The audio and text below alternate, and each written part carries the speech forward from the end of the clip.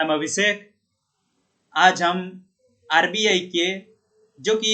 हम एक economics page में न्यूज़पेपर में जो होता है उसमें जब हम देखते हैं कि मॉनेटरी पॉलिसी के ऊपर जैसे कि रेपो रेट क्या हो गया, रिवर्स रेपो रेट क्या हो गया, एसएलआर क्या हुआ, सीआरआर क्या हुआ, एमएसएफ, ओएमओ, इन सब के बारे में हम देखते हैं। डब्ल्यूपीआई, ये सब एक्चुअली है क्या, जो कि हमें एक आम लैंग्वेज में अगर समझने की कोशिश करें, ये एक आरबीआई का एक मॉनेटरी पॉलिसी रहता है, जैसे कि हम क्रेडिट एंड मॉनेटरी पॉलिसी के नाम से जानते हैं। द पॉलिसी बाय व्हिच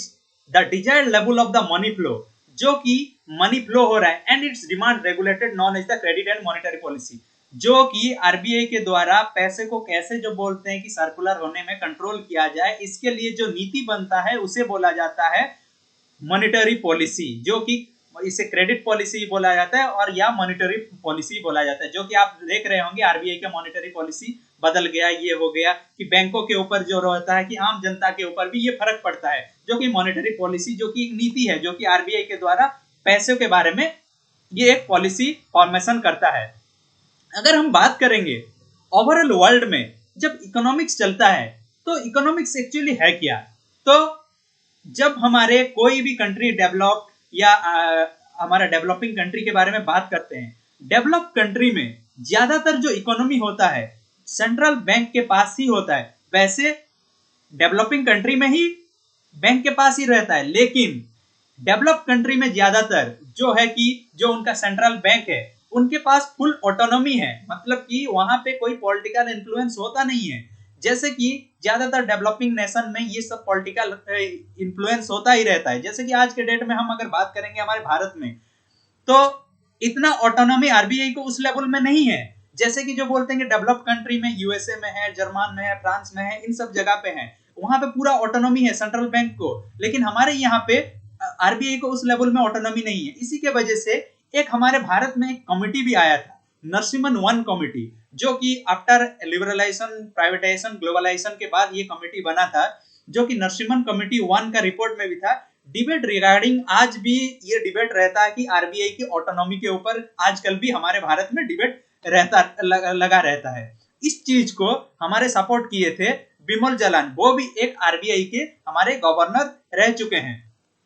तो ये भी इस चीज को सपोर्ट किए थे कि आरबीआई को फुल ऑटोनॉमी मिलना चाहिए, यहाँ पे कोई पॉलिटिकल इन्फ्लुएंस होना नहीं चाहिए। तो इसी के वजह से तो आरबीआई का जो मॉनेटरी पॉलिसी है, फाइनेंशियल ईयर, अगर फाइनेंशियल ईयर का बात करेंगे, एक्चुअली ये फाइनेंशियल ईयर है क्या, जो कि हमारा फाइनेंशियल ईयर लागू होता है अप्रैल 1 से लेकर मार्च 31 तक, ये होता है हमारा फाइनेंशियल ईयर। ये फिर आप बोलेंगे कि ये क्वार्टर का क्या है, जैसे कि एक क्वार्टर में इतना जीडीपी हो गया, एक क्वार्टर में इतना जीबीए हो गया, ये हो गया। जीडीपी एक्चुअली है क्या, या ये हमारा क्वार्टर एक्चुअली है क्या, अप्रैल मई जून को पहला क्वार्टर, जुलाई अगस्त सितंबर को दूसरा क्वार्टर, अक्टूबर नवंबर दिसंबर को तीसरा क्वार्टर, जनवरी फरवरी मार्च को ये चौथा क्वार्टर। इस टोटल जो बोलते हैं कि 4 क्वार्टर को मिला के इसको बोला जाता है हमारा फाइनेंशियल ईयर। ये फाइनेंशियल ईयर जो बोलते हैं मेनली चलता है बीजी और स्लैग के ऊपर, जो कि स्टार्टिंग पीरियड में ये हमारा मॉनेटरी पॉलिसी का ये टर्म हुआ करता था, क्रेडिट पॉलिसी का ये टर्म हुआ करता था बीजी और स्लैग आफ्टर इंडिपेंडेंस के बाद। लेकिन धीरे धीरे जो बोलते हैं कि ये नीति सब बदलते गया, जो कि क्रेडिट एंड मॉनेटरी पॉलिसी के लिए कंट्रोल करने के लिए ये सब टूल्स आते गए। जैसे कि क्या क्या टूल्स था,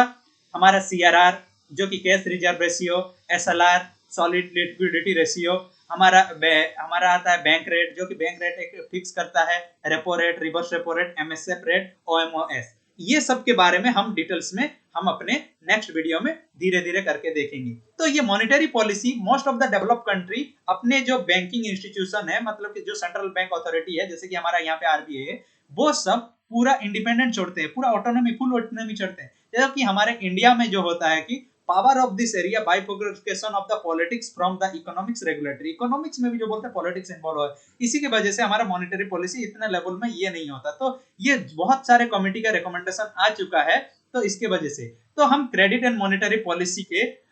नेक्स्ट वीडियो में हम ये इन सब के बारे में डिस्कशन करेंगे, जो कि हमारा बैंक रेट है, सीआरआर है, एसएलआर है, हमारा रिवर्स रेपो रेट, इन सब के ऊपर देखेंगे आसान भाषा में। ये रहा हमारा credit and monetary policy RBI के द्वारा जो होता है उसका थोड़ा डिटेल्स। Thank you.